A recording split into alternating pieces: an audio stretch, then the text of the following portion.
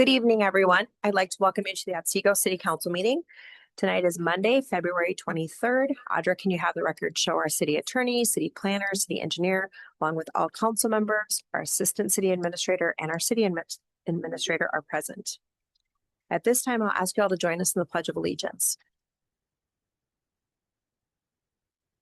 I pledge allegiance to the flag of the United States of America and to the republic for which it stands, one nation, under God, indivisible, with liberty and justice for all. Thank you. Our first item of business this evening is the open forum. This is the portion where you can come to the podium, state your name and address, and limit comments to 5 minutes or less. Would anyone like to speak at this time? Hi, Kathy Coles, 15613 90th Street Northeast. I'm here with my monthly picture of the grocery store. Dan has told me there's communication going on, so I know that's good. So we'll just wait to see what happens this spring. Thank you. Thank you. Thank you. Any other comments? All right, we will close the open forum and move on to consider our agenda for approval. Does anyone have anything that they would like to add or delete at this time? Madam Mayor, Yes, Ryan? I would like to bring down 3.3 off of the consent agenda. We can make that 6.1. Okay. And also we can remove item 5 based on our conversations in the special meeting. Okay. With that, I would move to approve the agenda as amended. Okay, is there a second? Second. Motion by Ryan, seconded by Corey. Is there any discussion? All those in favor signify by saying aye. Aye. All those opposed, same sign. Motion passes. Next item is our consent agenda. A motion would be in order. Madam Mayor, Yes, Ryan? I move to approve the consent agenda as amended. Second. Motion by Ryan, seconded by Tina. Is there any discussion? All those in favor signify by saying aye. Aye. All those opposed, same sign. Motion passes. Next item is under our Park and Recreation, Lily Pond renovation project. Good evening, Mr. Jacobs. Good evening, Mayor and Council. Gotta go up, rise. There you go.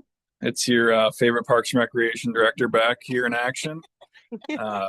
Wanted to talk to you guys tonight about Lily Pond Park renovation.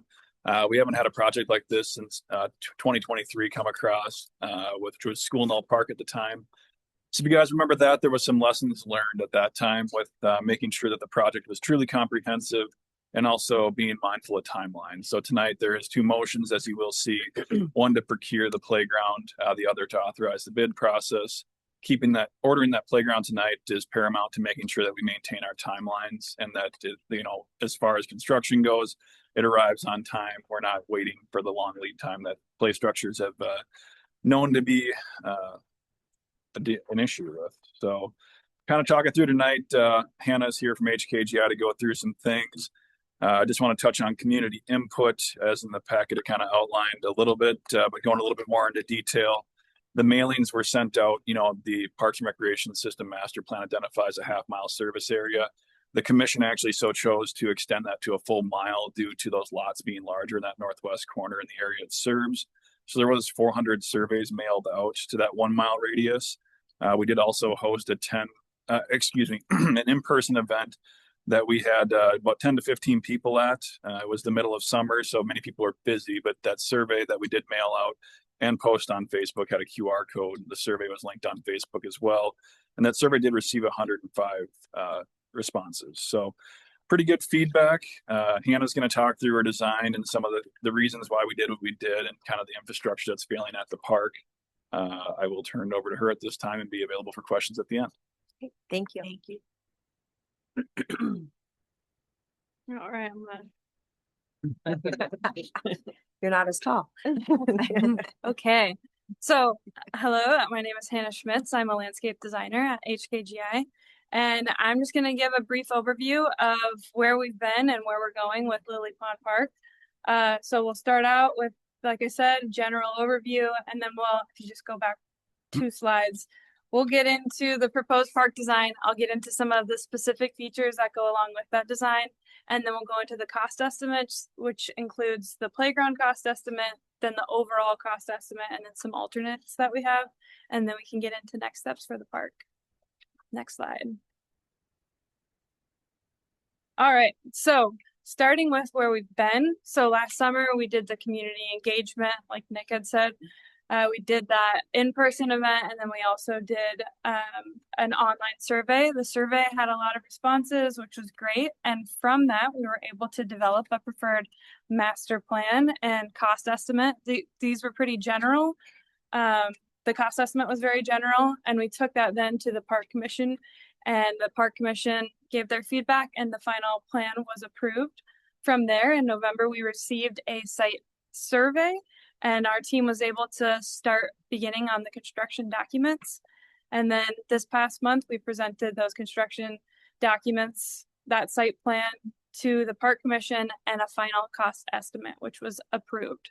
So then just a few weeks ago, we submitted the 100% bid set to the city and all of our specs. So now today we're requesting that council authorization to bid and then potentially ordering that playground just to help with the timeline of the construction process. So I can get into the remaining items in the following slides, but let's just skip to the next slide for now. So overall project goals, the budget for this project is $580K. And some of the top priorities are the tennis court, the playground, improving the existing playground because right now it's past its lifespan, and then resurfacing the trails. Other priorities include the basketball court. There's some cracking going on at the basketball court and also at that parking lot. And then some other site improvements include site furnishings like restroom enclosure around porta potties and irrigation allowance. Next slide. So now we can get into that preferred concept. So this is not as pretty as a normal concept that you would see. This is just straight from our construction documents. But we'll start out with an updated playground. And I will say just overall, a lot of the line work that you're seeing in this park is pretty similar to what's out there today. So the playground will remain in its same spot. We're just updating and enhancing the amenities to be accessible. And we're also, with that playground improvement, removing that southeast sort of quadrant there. And the reason for removing that southeast quadrant is just because we get a little more bang for our buck then if we invest in the west side of the playground. So I'll show you some renderings that have been done for that proposed playground, but that's the reasoning for removing that quadrant over there.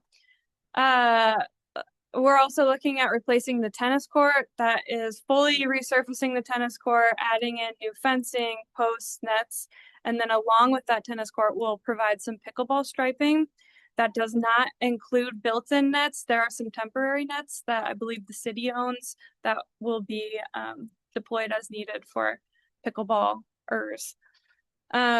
We're also going to be adding a new half-court basketball court. Right now, there's a full-court basketball court out there.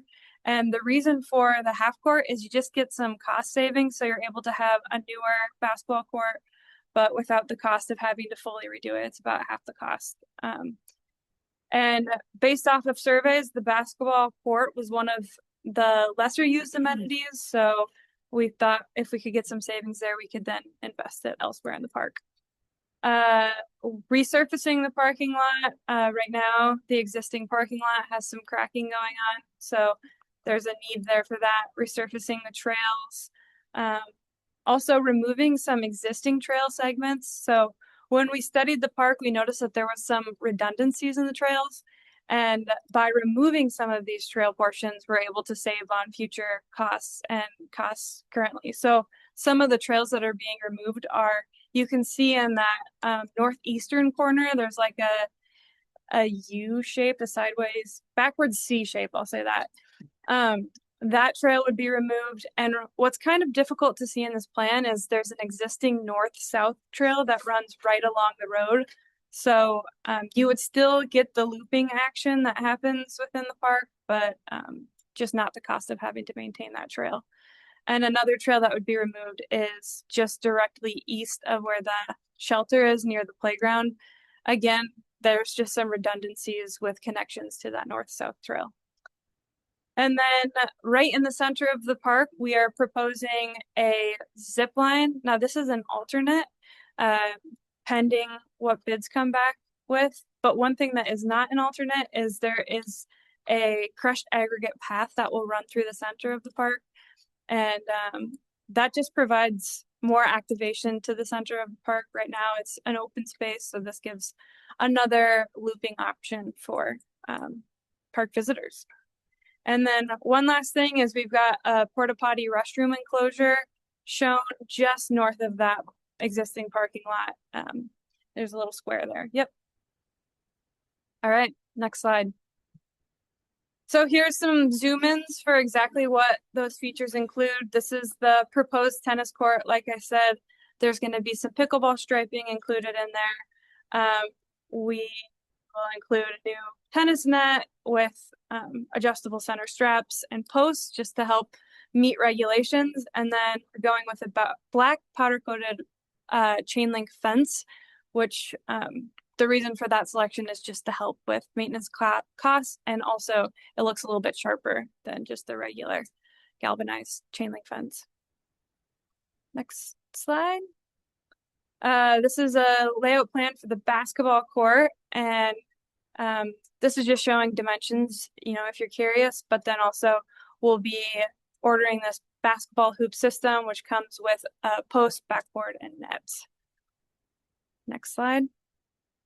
This is that restroom enclosure, and you may recognize this restroom enclosure. This is at Carrick's Landing.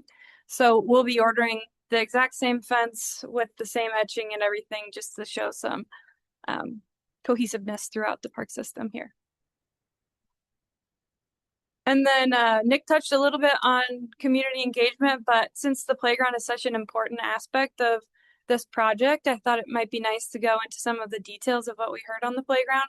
So I'll keep it somewhat brief, but just good stuff to know as we look at what was eventually, or what is eventually being proposed. So we asked the community if they preferred new equipment at the playground, and the majority said that they did prefer new equipment over refurbishing or repairing equipment. And then when it came to playground style, actually this was really great for the design team to hear, because originally we had been thinking nature play or nature inspired play might be what the community desires, but really adventure and climbing play was what had the most interest from the community. And then in terms of accessible features that were desired at the site, having some nice paved paths throughout the site, accessible swings, and accessible spinning play. And when I say paved paths, sorry, I mean like poured in place paths within the playground, not throughout the whole park. And then also some of those top playground design considerations is dynamic movement. And on the survey, there was a picture of a zip line. So that's what that dynamic movement is alluding to. And then lots of climbing components, which align with the adventure play, swings, some age separation, items like that. Next slide. Back one slide. There we go. So this is the playground layout.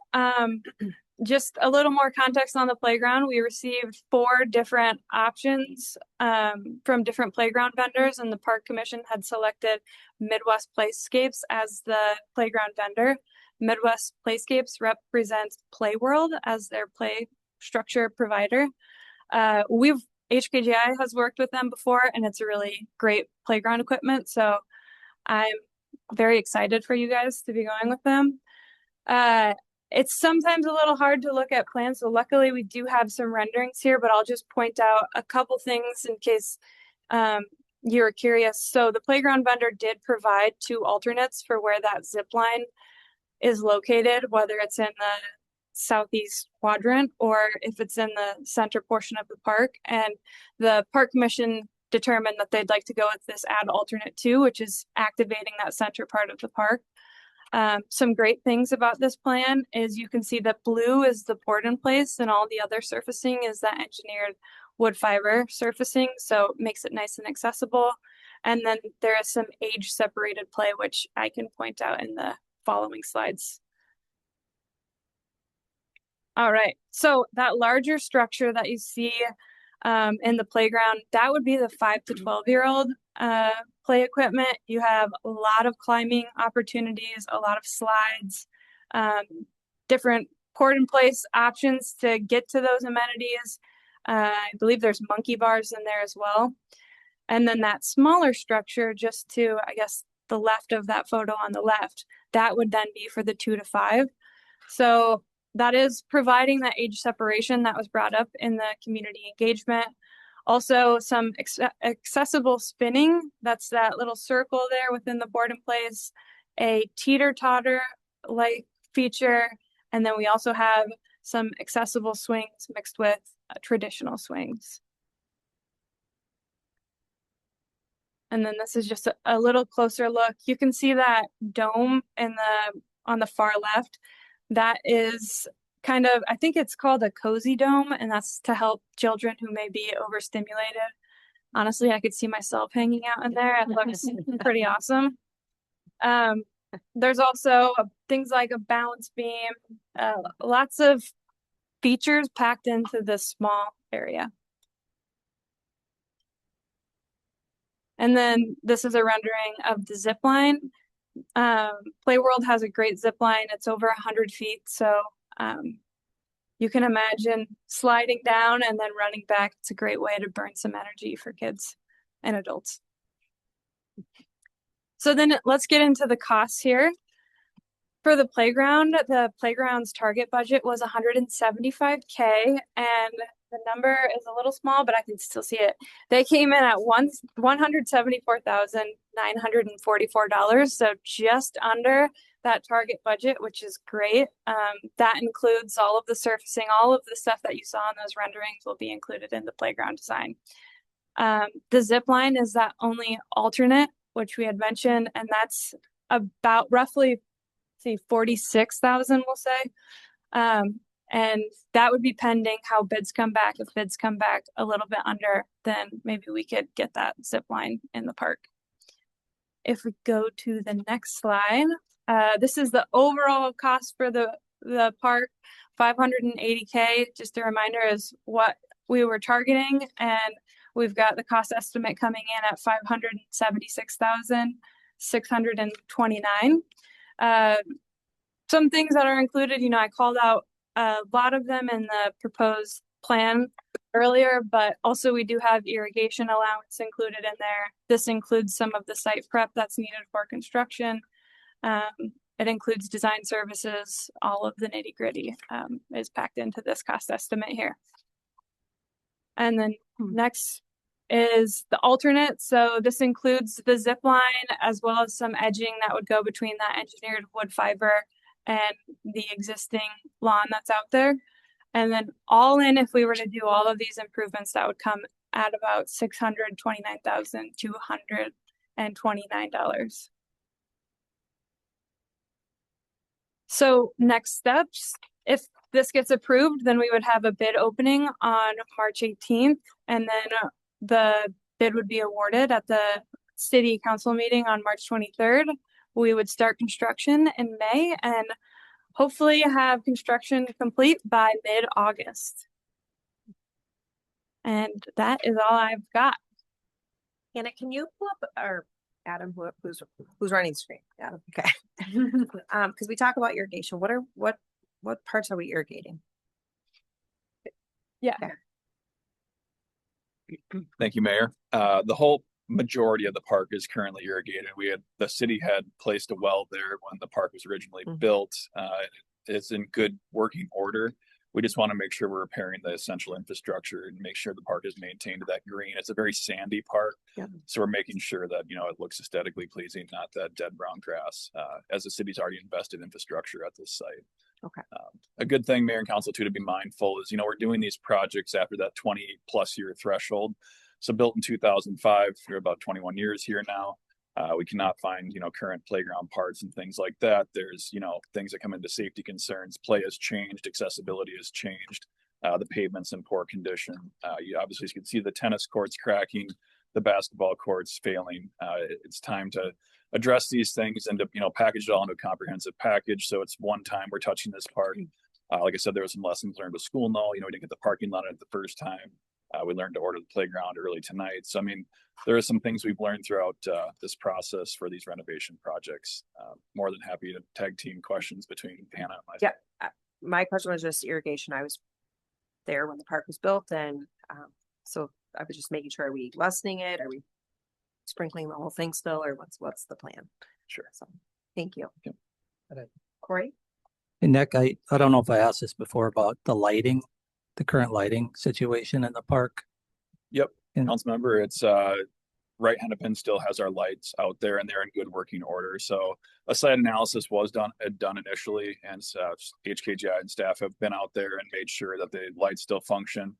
They're still in good, like a working order. The paint's still good on them. They are LED. I think they've been converted. A lot of our stuff has been converted throughout the years. So the lighting is adequate out there. Okay, because that leads down to our Norrin Landing Park, right?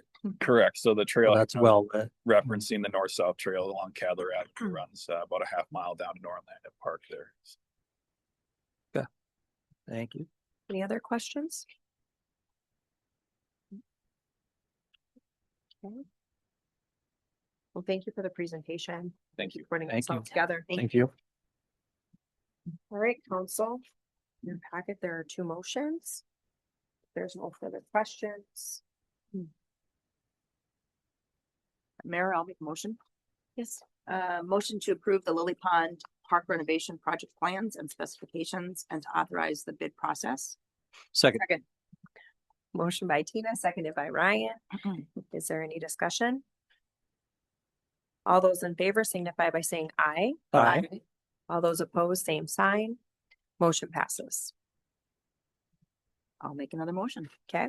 Motion to accept the quote and authorize staff to procure the, procure the playground equipment from Midwest Playscapes in the amount of $174,944.83. Second. All right, motion by Tina, seconded by Michelle. Is there any discussion? All those in favor signify by saying aye. Aye. Those opposed, same sign. Motion passes. Thank Thank you. you. Thank you. And pass along to the park and rec staff, like, thanks for all their work with this, because as you said, you mentioned a lot about lessons learned from school now. So I think this is nice that we have it all packaged together and some savings by ordering stuff ahead of time and keeping it moving forward. So thank you. All right. As we said, item 5 was removed. Just a little background, we did have a meeting earlier this evening on that, and so we will be moving forward as a council with some discussions leading up to what that looks like for our projects in a certain area that is a commercial zone.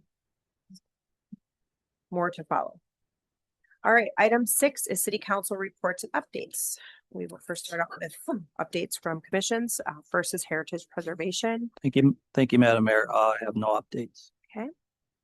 Parks and Rec, Michelle. We met last week, last Tuesday, and reviewed presentations or proposals from HKGI and Hawkinson Associates, sorry, I'm really blanking, sorry, and kind of reviewed stuff for the master planning, and so that will be coming out here in the near future for us to decide on. Thank you. Next is Planning Commission, Ryan. Madam Mayor, the Planning Commission reviewed updates for a sign ordinance, for our current sign ordinance. It's being simplified, I guess I should say. The commission also provided a recommendation for updates to the construction site ordinances, which will come to the council at a later date. The next meeting for the Planning Commission is Monday, March 2nd. There will be a public hearing item on Meadow Haven Development, which is a development just southeast of Water Tower 4. Thank you. Next is Public Safety. Tina. Public safety, we had some visitors, Stu Randall from the Maple Grove Radio Club. He spoke of what he did and how he possibly could help and volunteer with public safety here in Otsego. And at the time, Mike Scott, our interim fire chief, at that time had 9 candidates for fire chief. I know there's more than that at this time, but that was back on February 10th. So more to come on that. Perfect. All right, we still are under city council reports and updates. Does anyone have anything? We had item 3.3. Oh, I'm sorry, Ryan. That's okay. No, I'm still under city council reports and updates, but then we'll do your 3.3. It's on the other side. Okay, if no one has anything, then we'll move on to item 6.1, which was the 3.3. Ryan? Thank you, Madam Mayor. I oppose this action because our city is able to receive excellent service from our existing contract providers at a price point that is cost efficient for the taxpayer. If approved, the total cost of owning our own fire department will increase to a whopping $15,146,862.75, which would have paid for 10 years of contracted service. All right, Corey? Madam Mayor, I'd make a motion to approve the application number 14 in the amount of $678,146.30 for work completed on the fire station project. Second. Motion by Corey, seconded by Tina. Is there any discussion? All those in favor signify by saying aye. Aye. All those opposed, same sign. Aye. Motion passes 4-1. Okay, moving on to staff reports and updates. Item 7.1 is to consider scheduling a special city council meeting to discuss Prairie Park Phase 1 project. Mayor, Council, thank you. Staff would propose a special meeting on March 9th at 5:30 p.m. if that is available in all of your schedules. Staff would like to review some of the things that the Park and Rec Commission have been talking through in terms of Phase 1, financing components, et cetera, related to that project. Okay, everybody get out your phones or calendars. I will be out of town. I'll be here. It works for me. Are you okay if we move ahead that night? You're fine. Okay. Is 5:30 what you're requesting? Nick? Think so? Yeah. Okay. Yes, please. To be safe. Well, do you need us here early? There's a lot to talk about. Yeah. Okay. Yeah. All right, then I will make a motion to call for a special city council meeting to discuss Prairie Park Phase 1 on Monday, March 9th at 5:30. Second. Motion by Jessica, seconded by Corey. Is there any discussion? All those in favor signify by saying aye. Aye. All those opposed, same sign. Meeting is scheduled. Item 7.2 is to consider scheduling. Tongue-tied. Consider scheduling a special city council meeting to conduct fire chief interviews.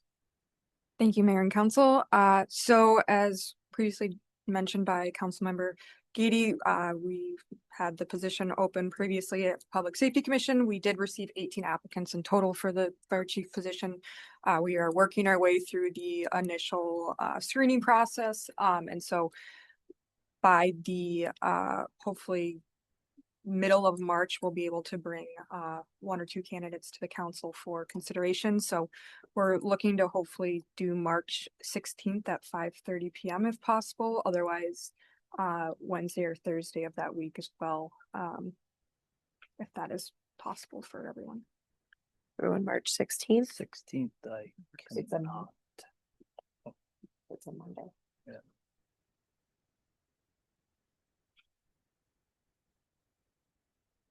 Does it work? Are you checking or it's first? No, round? I can't that day. It works for me. It works. That's for me too. I guess what time? 5:30. There is no There is no planning commission. that night.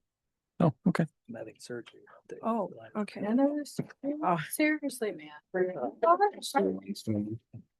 All right, he's having knee surgery.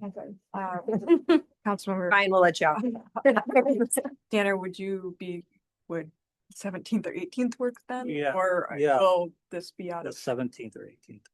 Maybe the 18th Oh, because my he's, if Monday's your surgery, I is that surgery day? You're probably good. Oh, guys. 18th, yeah, either one. 18th would be Okay. perfect. Tina's out of town on the 18th. Oh, 17th. And the 17th, I leave on the 17th. I'm out that whole week, 17th through the 20th. Yeah. Okay. Uh, That's what happens when you travel. I'm sorry. Let's Where see. do you you, really need your knee that- fixed? How about Tuesday, the 24th? Nope, I'm booked. Mayor, I think maybe we'll send out a doodle poll tomorrow. I think that's gonna work a little. Availability. Well, thank you for your consideration. Sorry. More to come, more to come. It was gonna be so great, you guys. You're gonna make two. Do you not anticipate being prepared the week before? Not at this time. Okay. No, I just Yeah. wasn't sure. I figured I'd ask. Yeah. Okay. So we'll anticipate a doodle poll tomorrow. Hopefully. Okay. This week, early this week. Okay. Everyone check your emails. Mhm. So we will call for that once Adam gets me the confirmed date, then I can work through Adjourn to call for that if it needs to be made before our next council. Yes, Mayor. Okay. All right, we are still under staff reports and updates. Sabrina. Thank you, Mayor. So just quick other updates. So last week we did have 3 recruitments closed. So we had the utility 4-person water collection and distribution. We received 9 applicants for that, which has been really great to see increase in applications for our utilities department. For a while there didn't seem to be as many people getting into the field, so that's been really great. I have to say good job to the utilities department with the local schools and trying to get a good pipeline going. Then we also had the fire chief position closed with 18 applicants in total. So that was a very good turnout, especially on a shorter turnaround time that we typically have for recruitments. And then we also closed the human resources and payroll coordinator position. So we did end up receiving 77 applications in total. I have been very, very impressed with our candidates. It's just taken a little bit longer than I was anticipating to get through all of it. So That's 77. yeah. And that's filling plus one position. 18 plus Yeah. 9. Wow. Yeah. So it's been, I guess in other ways, it's probably some of the better bad spots to be in of having a good candidate pool. So looking forward to hopefully getting some interviews done and bringing in recommendations to council as we get through those. So I think that's all I have. Thank you. Mayor, Yep. council, no updates for me tonight. Thank you, Mayor. I have no updates either. Okay. Dave, No updates, thank you. Dan, Mayor, no updates. Ron, No updates, Mayor. what? You win. Oh, no, I don't. I know Sergeant Altman's will have updates for us. Good job.